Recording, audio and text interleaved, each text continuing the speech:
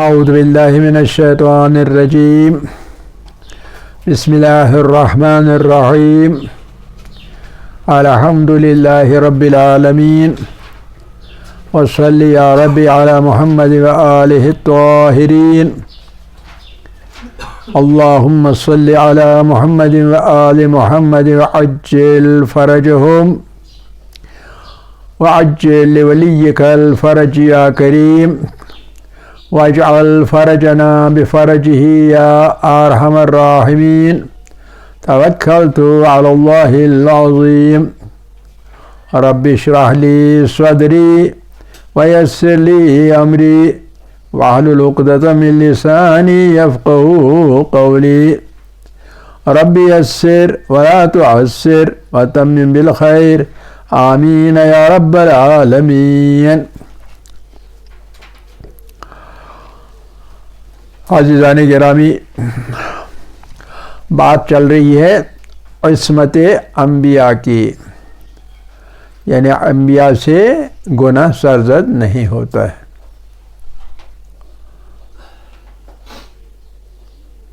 پچھلے درس میں جو آخری نقطہ تھا وہ ہم نے کہا تھا کہ جو تجلی وحی ہوتی ہے، تجلی وحی یعنی وحی کی تجلی، وحی کا نور نازل ہونا، تو وہ صرف اس شخص پر ہو سکتی ہے تجلی وحی کی جس کا نفس پاکیزہ ہو اور جس میں گناہ کی آلائش بالکل نہ ہو. بالکل پاکیزہ ہونا چاہیے، گناہ سے کبھی بھی آلودہ نہ ہوا ہونا چاہیے.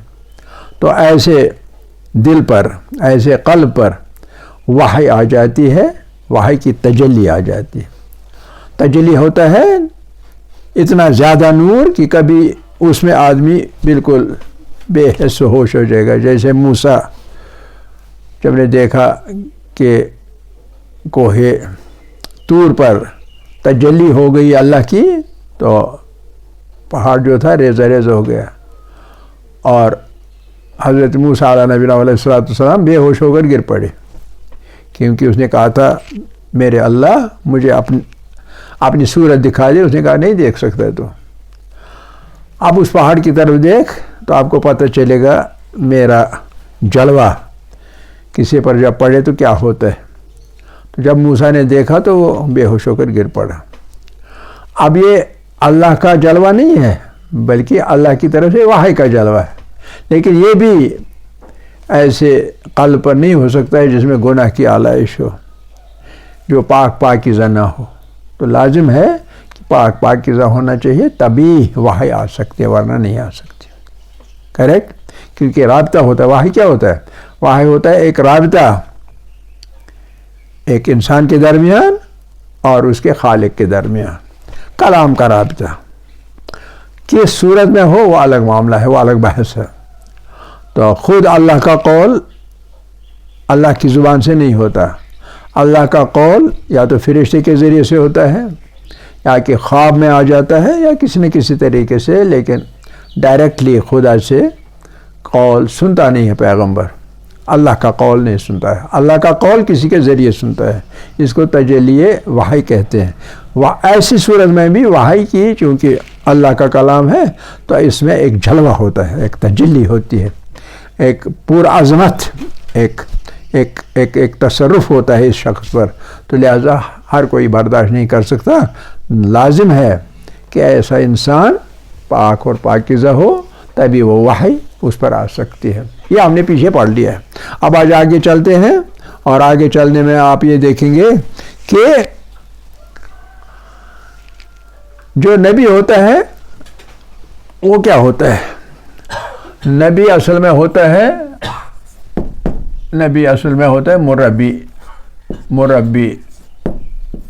مربی کا کام کیا ہوتا ہے؟ مربی کہتے ہیں اسے، کس کو؟ جو تربیت کسی کو کرے. جیسے آپ کا باپ ہے، وہ آپ کا مربی ہے، یعنی وہ آپ کو پالتا ہے، پوستا ہے، تربیت دیتا ہے وغیرہ، اس کو مربی کہتے ہیں. اور کبھی کوئی شخص ہوتا ہے اس کا باپ نہیں ہوتا ہے، بچپن میں وہ فوت ہوا ہوتا ہے تو کوئی اس کا چاچا، اس کا بڑا بھائی یا کوئی نہ کوئی اس کو گارڈین بنتا ہے. تو گارڈین کو ہم مربی کہتے ہیں، جو کہ انسان کی پرداخت کرے، انسان کا خیال رکھے، تو اس کی پرورش کرے اور اسے کھلائے پلائے اور پھر اس کی تربیت بھی کرے. تربیت سے لفظ نکلا ہے مربی. اب یہ جو مربی ہوتا ہے، یہ مربی کیا کرتا ہے؟ اس کا کام کیا ہوتا ہے؟ نبی ایک مربی ہے، اس کا اصلی کام کیا ہے؟ اس کا اصلی کام ہے تربیت کرنا. تربیت کرنا، تربیت میں آ جاتا ہے پھر تعلیم. اگر ہم خالی تعلیم کہیں گے اس میں تربیت نہیں آئے گا. تربیت میں تعلیم آتا ہے، تعلیم میں تربیت نہیں آتا. یعنی تربیت کمپریہنسو لفظ ہے اور تعلیم اتنا کمپریہنسو لفظ نہیں ہے. اس لیے ہم اس لفظ کو منتخب کرتے ہیں. کس کے لیے؟ اس مربی کے لیے کام ہے تربیت کا. اور کون تربیت کن کی ہوگی؟ تربیت ان انسانوں کی ہوگی جن انسانوں کے لیے اللہ نے یہ پیغمبر بھیجا ہوا ہے. ٹھیک ہے، کلیئر ہو گیا. اب ایک نبی ہے اور ایک تربیت کرنے والا ہے. تو اب کیا دیکھنا ہے؟ دیکھنا یہ ہے کہ کیا اس کی گفتگو سے، اس کی گفتگو ہوگی تو کیا اسے دیکھ کر تربیت ہوگی؟ زبان سے. دو چیزیں ہیں، ایک ہے گفتار، ایک ہے کردار. ایک ہے گفتار اور ایک ہے کردار. گفتار ایک چیز ہے اور دوسری چیز ہے عمل یا کردار. کردار یا عمل. ایک گفتگو ہوتی ہے اور ایک عمل ہوتا ہے. جو مربی ہوتا ہے وہ گفتگو بھی کرتا ہے اور عمل بھی انجام دیتا ہے. اگر خالی گفتگو ہو تو ہم کہیں گے گفتگو سے تربیت ہوگی؟ نہیں، ایسا نہیں ہوتا. ایسا نہیں ہوتا. لوگوں کی باتیں سن کے آدمی کی تربیت نہیں ہوتی. کب؟ جب کہ اس کی گفتگو اس کے عمل کے ہو بہو نہ ہو. اب اگر کسی شخص کی باتیں اس کے عمل سے مختلف ہوں، یہ باتیں ہیں ادھر کو منہ کیے ہوئے اور یہ عمل ہے ادھر کو منہ کیے ہوئے، بات ایک بولتا ہے کام دوسرا کرتا ہے. گفتگو میں اور عمل میں آپس میں کوئی مشابہت نہیں ہے. ایسا شخص جو ہوگا، ایسے شخص سے کیا تربیت ہوتی ہے؟ نہیں ہوتی. کیونکہ تربیت لینے والے جو ہوتے ہیں وہ دیکھتے ہیں اس میں تضاد ہے، اس شخص کے کہنے اور کرنے میں تضاد ہے. اب ہم کہنے پر عمل کریں یا اس کے کرنے پر عمل کریں؟ کنفیوژن پیدا ہو جاتا ہے. جب کنفیوژن پیدا ہو جاتا ہے، کنفیوژن میں جب کنفیوژن ہو تو کنفیوژن کیوں پیدا ہوا؟ کنفیوژن پیدا ہوا کیونکہ یہ اور یہ ایک جیسے نہیں ہے. گفتگو از ناٹ اکول ٹو عمل، ایک جیسے نہیں ہے. جب ایک جیسے نہیں ہے تو کنفیوژن پیدا ہوگا. کنفیوژن ہم انگریزی لکھیں گے اردو میں، کنفیوژن پیدا ہوگا. کنفیوژن پیدا ہوا نا. جب کنفیوژن پیدا ہوا، جہاں بھی کنفیوژن پیدا ہوا ایک چیز وہاں سے اٹھ کے چلی جاتی ہے. اور وہ کون سی چیز ہوتی ہے؟ وہ ہوتی ہے یقین.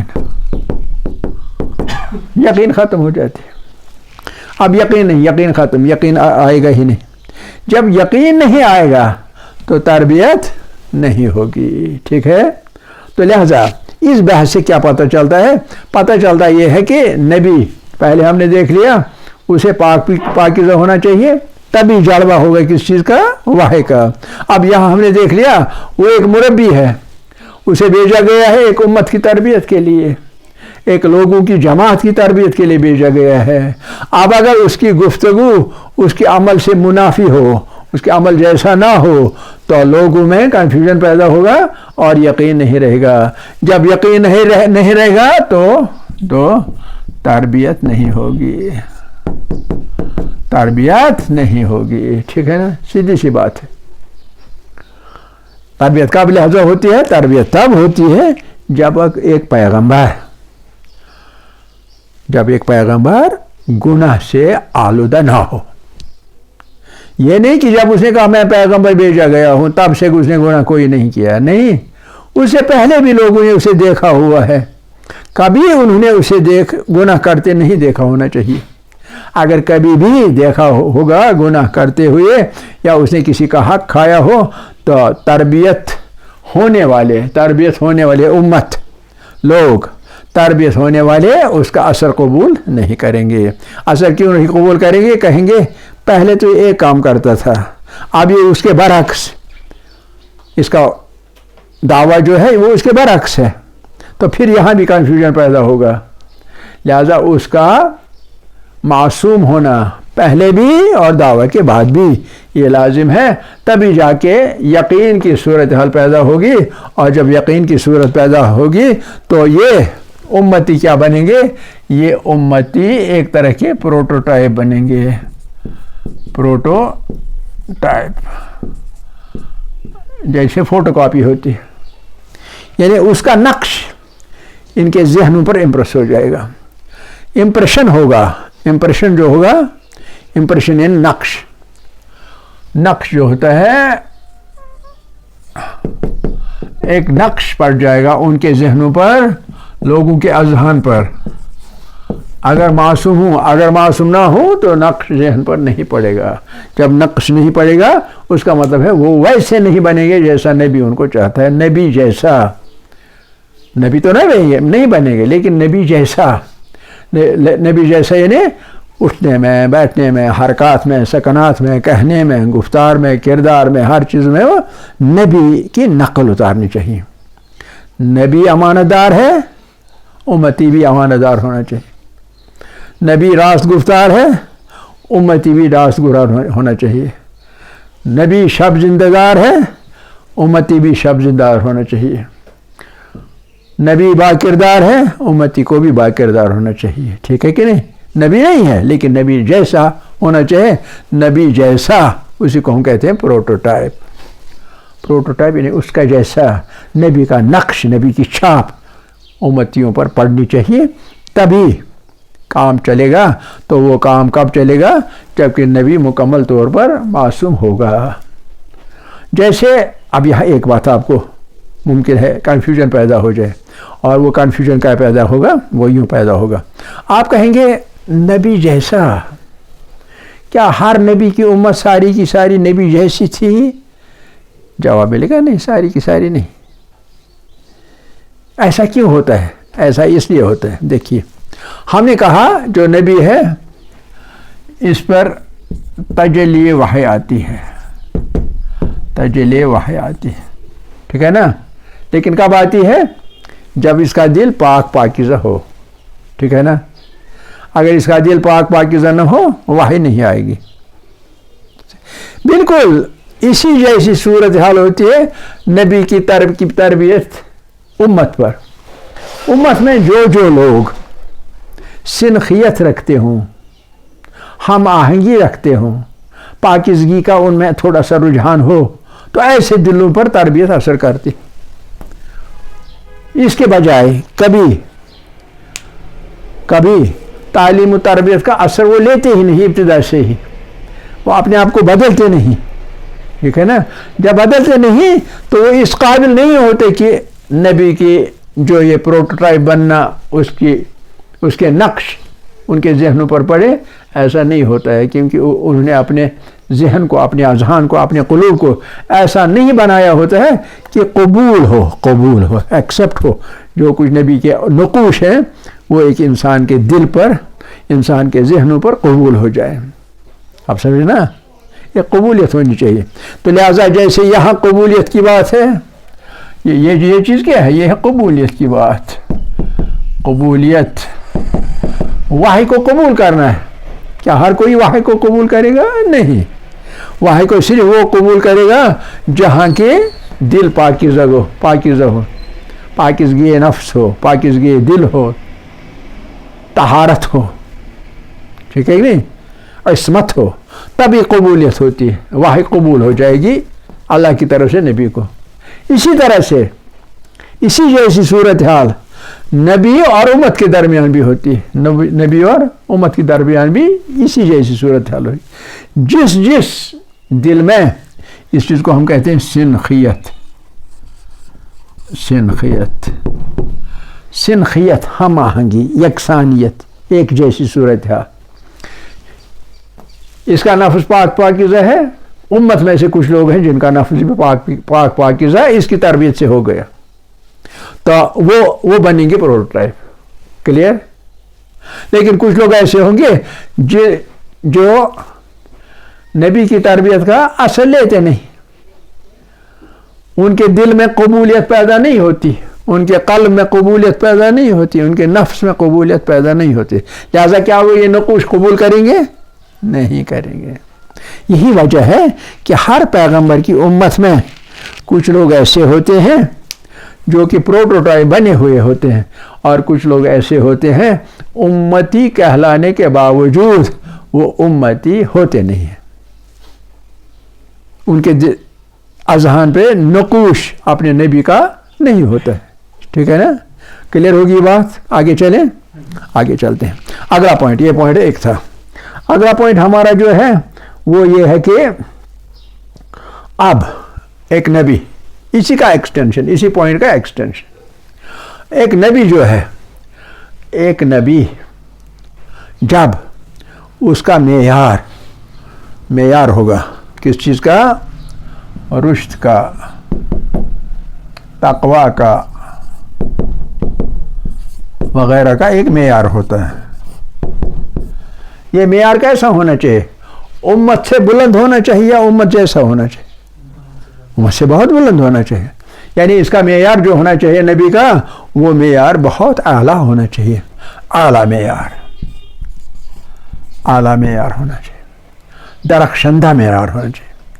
ایک نبی درخشندہ ہونا چاہیے، چمکتا ہوا ہونا چاہیے معاشرے میں، تبھی وہ نبی ہوگا۔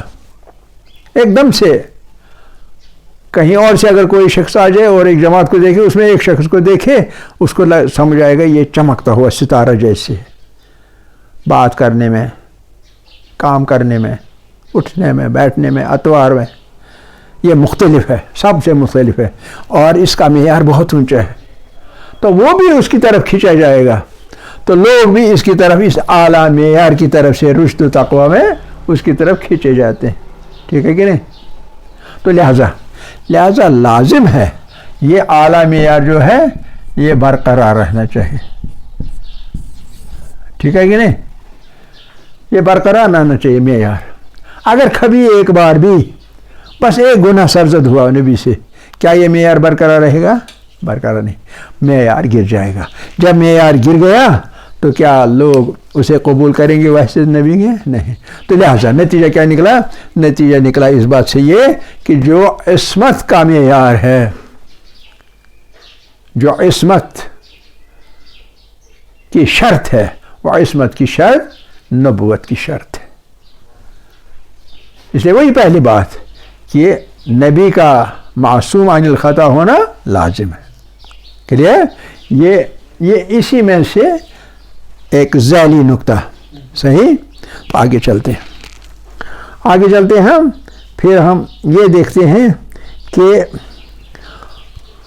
یہ نبی جو ہے، یہ نبی کس وجہ سے ہے؟ دیکھیے یہ نبی ہے اس وجہ سے اس کا رابطہ ہے، اس کا رابطہ ہے کس کے ساتھ؟ ایک رابطہ اس کا ہے کس کے ساتھ؟ مبدأ ہستی کے ساتھ، جس نے ہستی پیدا کی ہے، مبدأ ہستی کے ساتھ ایک رابطہ ہے، اور رابطہ چالو ہے کس کی صورت میں؟ وحی کی صورت۔ وحی آتی رہتی ہے، نئے نئے پیغامات، نئے نئے قوانین، نئے نئے شرائع وہ آتی رہتی ہیں اور امت تک پہنچتی رہتی ہیں۔ ٹھیک ہے؟ تو جب ایک نبی کا مبدأ ہستی کے ساتھ رابطہ ہے، یہ رابطہ برقرار رہنا ضروری ہے کہ نہیں ہے نا؟ تو یہ رابطہ کب برقرار رہے گا؟ جبکہ یہ نبی اپنے قول و قرار پر، اپنے عہد پر جو اپنے اللہ کے ساتھ کیا ہے، اپنے عہد پر قائم رہے گا۔ آپ بالکل نیک آدمی ہیں، ٹھیک ہے، معاشرے میں آپ کی عزت ہے، آپ کو مقام ہے، ٹھیک ہے نا؟ تو یہ کس چیز کی وجہ سے؟ آپ کی نیکی کی وجہ سے۔ اگر آپ کی کبھی نیکی بدل گئی بدی کے ساتھ تو کیا وہ مقام برقرار رہے گا؟ نہیں رہے گا۔ بالکل اسی طرح سے جو یہ رابطہ ہے یہ رابطہ برقرار رہنا چاہیے نبی کا. کس کے ساتھ؟ اپنے اللہ کے ساتھ.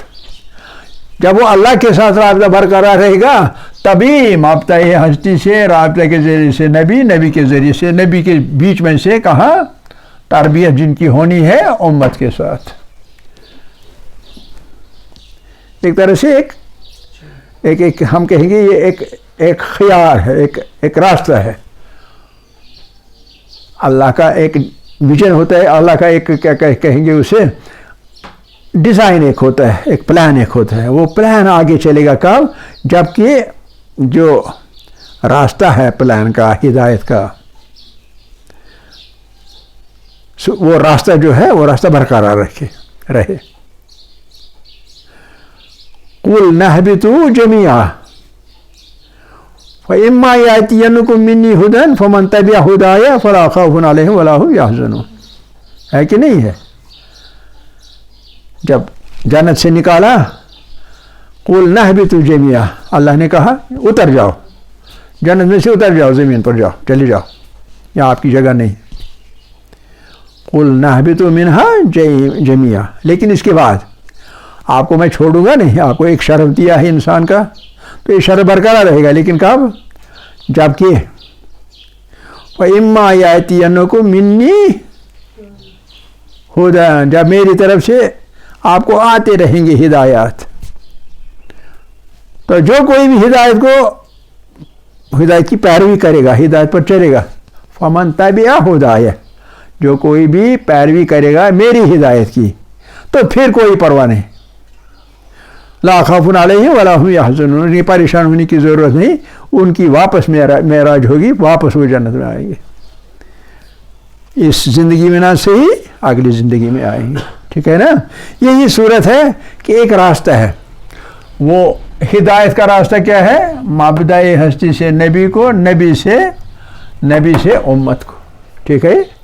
تو جب یہ برقرار رہے گا تو ڈیوائن ڈیزائن جو ہے یہ فلفل ہو جائے گا. اگر یہ منشأ الہی جو ہے، منشأ الہی ڈیوائن ڈیزائن، اگر یہ ڈیوائن ڈیزائن میں کہیں ادھر ادھر گڑبڑ ہو گئی، ہیر پھیر ہو گئی تو یہ ڈیزائن پورا نہیں ہوگا نا. تو اس صورت میں اگر پورا نہیں ہوگا قصوروار کون ہوگا؟ قصوروار نبی ہوگا. تو لہذا اس راستے کو، اس کنیکشن کو، یہ کنیکشن ایک ہے نا، اس کنیکشن کو یہ ڈائریکٹ ان کی امت سے کنیکشن نہیں ہو سکتا. امت سے کنیکشن اللہ کا ہوتا ہے، ہو نہیں سکتا. کیوں نہیں ہو سکتا؟ کیونکہ اللہ دیکھے جانے کے قابل نہیں. تو امت جو ہوگی، عام لوگ جو ہوں گے، ان کا رابطہ اللہ کے ساتھ ڈائریکٹلی نہیں ہو سکتا. صحیح کہ نہیں؟ اگر کبھی کوئی دعویٰ کرے گا میرا اللہ کے ساتھ رابطہ ہو گیا ہے، کمالات دیکھے ہیں، تو نتیجہ کیا ہوگا؟ ہم کیا سمجھیں؟ ہم سمجھیں گے کہ اس پہ تصرف کیا ہے کسی اور نے، اور وہ کوئی اور نہیں اللہ کے سوا بغیر ابلیس کے. تو اس پر تصرف کیا ہے ابلیس نے. تو اس پہ ابلیس نے اپنی چھاپ ڈالی ہے، اب یہ بن گیا ہے شیطانی. اسی لیے اکثر لوگ جو عرفان کا دعویٰ کرنے والے ہوتے ہیں وہ دعویٰ صحیح نہیں ہوتا، بلکہ انہوں نے غلط نمبر ڈائل کیا ہوا تھا. نمبر غلط ڈائل کیا، پاسورڈ جو ہے پاسورڈ غلط استعمال ہوا تو کنیکشن غلط لگ گیا نا. کنیکشن ہی جب غلط لگ گیا تو لیکن ان کو اپنی جگہ کیا پتہ ہے؟ مجھ میں طاقت آ گئی، میں ایسا کر سکتا ہوں، میں ویسا کر سکتا ہوں، میں غیب کی خبریں دے سکتا ہوں. ٹھیک ہے کہ نہیں؟ اور ایسا بظاہر ہوتا ہے، لیکن وہ کیا ہوتا ہے؟ وہ اصل میں گئے ہوئے ہوتے ہیں، گمراہ ہوئے ہوتے ہیں. تو لیکن اسی وجہ سے اللہ کا رابطہ نہیں ہو سکتا، کیونکہ انسانوں کی لیول وہ نہیں ہے جس لیول پر پہنچ کے وہ اللہ کی وحی قبول کریں گے. اللہ کی وحی کے لیے ہم نے کہا تجلی وحی کے لیے پاکیزہ نفس اور انتخاب، اللہ کی طرف سے انتخاب. کون رسول بن سکتا ہے، کون رسول بناؤں گا میں، تو اس کا انتخاب ہوتا ہے. جب ایسا نہیں ہوگا، اس کے علاوہ کوئی دعویٰ کرے گا، وہ دعویٰ باطل ہوتا ہے، وہ دعویٰ صحیح نہیں ہوتا ہے. لہٰذا ایسی صورت میں ہم نے کیا کہا؟ ہم نے کہا یہ جو رابطہ ہے یہ برقرار رہنا چاہیے مبدأ ہستی کا، کس سے؟ نبی کے ساتھ، تاکہ وہ رابطہ آخر تک برقرار رہے. اور جو امت ہے، امت پر ہدایت تمام ہو جائے، ادھوری ہدایت نہ رہے۔ ہدایت کا ایک الیوم اکملت لکم دینکم، آج میں نے تمہارے لیے تمہارا دین مکمل کیا۔ جب تک مکمل نہیں ہوگا کیا تب تک کام ادھورا چھوڑا جا سکتا ہے؟ نہیں چھوڑا جا سکتا۔ لہذا یہ جو ہے یہ رابطہ مبدئی ہستی کے ساتھ نبی کا برقرار رہنا چاہیے، اور یہ نبی کا برقرار رہے گا تب یہ رابطہ جب کہ اس کی عصمت برقرار رہے گی۔ اگر کبھی عصمت میں پھیر آ گیا، عصمت ٹوٹ گئی، رابطہ بھی ٹوٹ جائے گا اور وہ نبی بعد میں نہیں رہے گا۔ آپ سمجھے کہ نہیں؟ لہذا نبی کا ابتدا سے آخر تک معصوم ہونا لازم ہوا، یہ ہمارا نتیجہ نکل آیا۔ ٹھیک ہے کہ نہیں؟ والحمدللہ اولا و آخرا و ظاہرا و باطنا۔